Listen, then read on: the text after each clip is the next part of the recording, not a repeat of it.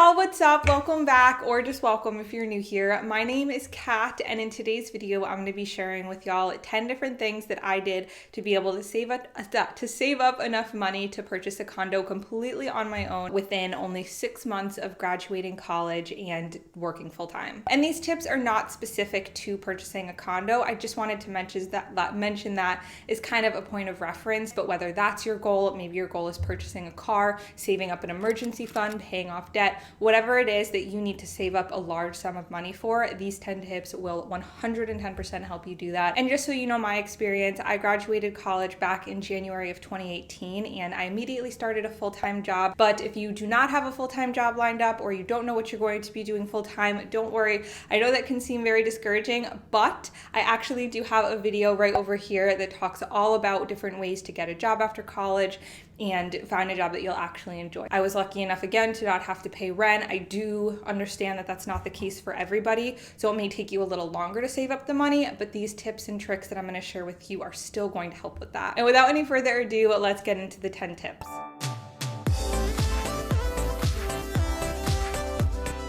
Number 1, do not save what is left after spending, spend what is left after saving. And the most helpful formula I found for this is the 50-30-20 rule. And basically what that means is that 50% of your income is going to go strictly to your needs. So things that you cannot live without, a place to live, food, and then 30% is going to be things that you want, like wants, little extras, that sort of a thing. And then 20% is going to go into savings. And a huge disclaimer with this, when I'm, figuring out how much the 50-30-20% is of my income, that is not taking into consideration taxes or money for my 401k and like saving for retirement.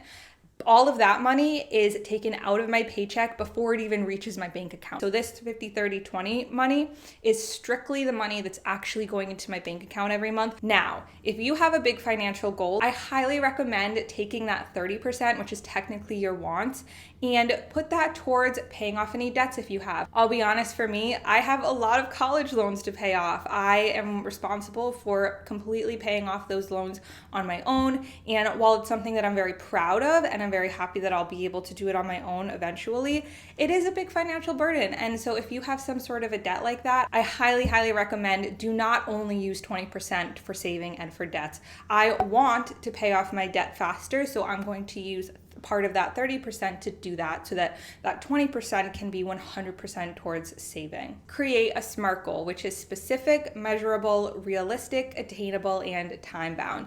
And this is so important because if you have a set goal of why you're saving for, it's going to be so much easier to say, you know what, I don't need that $20 pumpkin from TJ Maxx to decorate for fall time because I want to put that $20 towards buying a car or towards paying off my debt, whatever it is. That actually happened to me yesterday. I was this close to buying a $20 pumpkin and I was like, do I really need it? No, I don't. You want it to be specific. You do want it to be realistic and attainable. Don't make it something that, you're not going to be able to achieve and then you're going to feel let down and discouraged and you're going to stop trying at all. By going back to the first tip, which was to follow the 50-30-20 rule, be realistic with how much can you actually save by taking that amount of money that you're saving every single month, the most that you can, and then deciding, okay, so by this date, I can save this amount of money and I'm going to spend it on this. This is such a big one. This is a mindset that, I'll be honest, I struggled with, but once you really take this mindset and just push it away, get it out of your head, not all of the time, but most of the time, you're going to see such a huge growth in your savings account.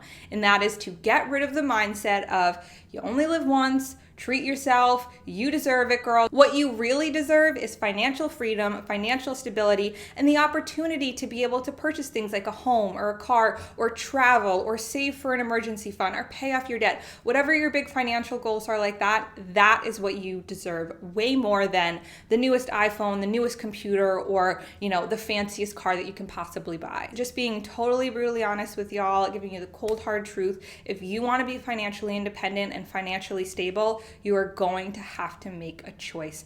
Is it worth it to go out for drinks 3 times a week and go out for a fancy dinner every weekend? Or would you rather put that money towards a big goal of yours? When I saw this quote, I'll have it up on the screen, my mind was blown. Like, I've never thought about it like this, but it's so true. And it says, if you're not willing to downgrade for a year to be able to live the life you want for the rest of your life, You care way too much what other people think. I feel like so many of us, including myself, many, many times, are living in this world where it's like we want to have the best phone, the best computer, the best outfits, and we sacrifice our savings and the money that we have in our pocket for the look and for people to look at us a certain way and say, oh wow, that person must have a lot of money because they have this, and that. And even if this isn't about caring what other people think and it's just, you want the nicest stuff, the sooner that you realize this and that you really put it into action with your own life, the sooner that you are going to reach your goals of being financially stable and purchasing what you want to purchase and having the money in the bank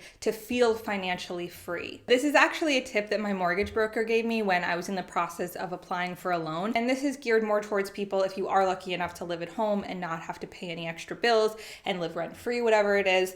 Pay into your savings account what you would be paying if you were living on your own. And like I said, I was already pretty much saving every dime I was making. But if you're not doing this already, I highly, highly suggest it. If you are able to live somewhere where your rent is extremely low, or you're living at home and you don't have to pay any rent and you don't really have any bills, going back to that first tip, the 50-30-20 rule, take 50% of your income and put it on top of that 20%, and all of that goes into savings. So you are saving 70% of your monthly income. And what this is going to do is, one, it's going to get you used to the idea of not seeing that money and having that money go to pay bills. And also, once you eventually do move out, you're going to have such a nice, big, sturdy emergency fund. If you're not in the position where you can save all the money you have, that's totally okay. I still highly recommend putting as much as possible away and really taking from that 30% of your wants and moving it over to the 20%, which is your savings. So just adding on to that 20% as much as you can. So next is something that I did not do for the longest time, and I am still mad at myself for not doing it earlier because I think I would have saved so much more money if I did this simple little trick, and that is to create labeled savings accounts within your bank account. And it's so much easier to transfer money into an account that says buy a house or buy a car or college debt, pay off college debt, than it is to transfer it over to just savings. Because having it labeled is just that extra little reminder of, hey, this is why you want to put money in here. You have a goal and you want to get closer to it. So by putting money into this account, you are getting closer to it. Now, to go along with that, this is another thing that I did not do for the longest time. And again, I don't understand why. Honestly, I didn't start doing this until a few months ago. That is to automate your savings. So for my job, I get paid every single 2 weeks. And for the longest time, I just had them deposit that entire paycheck into my checking account. And what I found is that while yes, I did have discipline with myself to transfer it over, there were still months where I didn't, where I would forget or I just wouldn't think of it. And then the money never ended up making it to my savings because I see it in my checking and I'm like, oh, I have that money, and then I spend it. So what I did is I switched it up and I added my 2 savings accounts to my works page where you can decide where you want them to put the money. And that way I know that my money is automatically being saved without me even having to think about it. And if you do have a job where you get paid a lot of money in cash, or maybe, your job won't put money into more than one account, that's totally okay too. That is, going back to the previous tip of having labeled accounts is really going to come in handy, because when you do have to transfer your money over, you're going to see what you're saving for and it's going to help you. So this next one may be a little difficult and, could be a little painful, honestly, but it is so important and so beneficial to your willpower to continue saving and continue resisting purchases that are not going to get you closer to your goals. And that is to check your bank account every single darn day. And I do want to make a disclaimer. I'm not saying to do this forever. I'm not saying to make it, an unhealthy addiction where you always are so focused on that and you're not paying attention to anything else, because that's also not a good thing. But the purpose of this is, if you are in that period of your life where you're not happy with the amount of money you have in your bank account and you really want to start saving and get to the point where you have enough money to be financially stable and financially free and attain these financial goals you've set for yourself, then it's important to be honest with yourself and be present in the reality of your financial situation. So by looking at your bank account every single day, it's going to give you that little splash of reality to say, okay, I really cannot afford to go shopping for a whole new wardrobe. I think a lot of times when you're paying with a card, it's easy to forget about the money is actually coming out of your bank account. And I have heard people talk about the all cash diet. I've never tried it myself. I do think that could be helpful. But for this video, I really only wanted to do things that I've actually done myself, and I haven't tried an all cash diet, so I can't really speak to that. But I can speak to actually looking at your bank account and understanding how much money is in it every single day, because a lot of times I've found that helps me to be like, okay, I don't need to spend more money. I'd rather save. Okay, so this one is also very helpful, and it's to promise yourself and actually follow up with yourself that any unexpected money you get goes straight into your savings. Like for your birthday, for a holiday, if you all of a sudden get this extra side job that you babysit or you do some yard work for somebody and you get a little extra cash, put it directly into your savings account. And chances are this isn't going to happen all of the time, but when you do get extra unexpected money, instead of thinking of it as like, oh yay, I can go spend more, think of it as like, oh yay, I can save more. I can put more money towards my saving goals and put it directly into those accounts. This tip is all about mindset and getting yourself in the habit of not spending unnecessary money. So if you're out shopping and you see a sweater you like, ask yourself, would I rather have this sweater, or would I rather have a house or a car or pay off my college debt? I can already see some of y'all being like, come on, Kat, that's a tad extreme. And yes, you're not wrong, because, $20 for a sweater versus $20,000 for a new car are two very different things.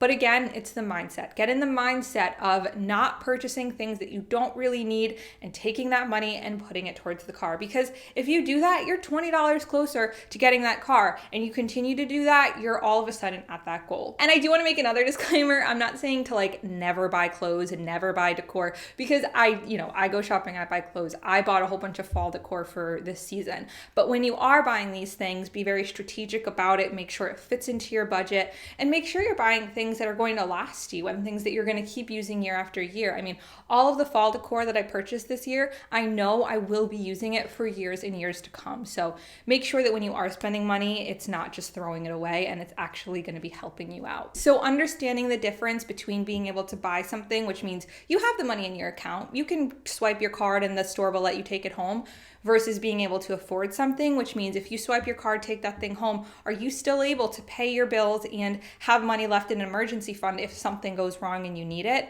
Those are two very different things, and I think people can mistake them, and that's when you end up getting into debt and have problems financially, and you're not financially stable. Just as an example, say you have $3,000 in your bank account and your computer breaks and you're like, gosh darn it, I need to go buy a new computer. I would not say that it's smart to go out and buy a $2,000 brand new MacBook. You literally just spent 2/3 of your income on a computer. So what I've heard is if you can't buy something 5 times, you should not buy it. That means that you cannot actually afford it. And of course, there are cases where there's an emergency, and that's what your emergency fund is for. If your car breaks down and you need to fix it, obviously spend the money to fix it. But if it's the newest iPhone, or it's a cool new gadget that you want to buy, if you can't buy it 5 times, then you probably should not be buying it because you can't afford it. And if you watched until this part, let me know in the comments what a big goal you're saving for is now. Is it a house? Is it a car? Is it a new iPhone? Or is it just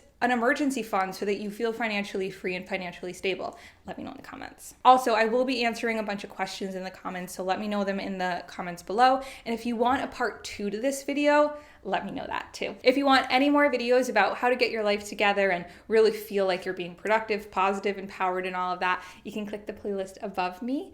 And I love you all so much. I hope you enjoyed this video, and I will see you in my next one.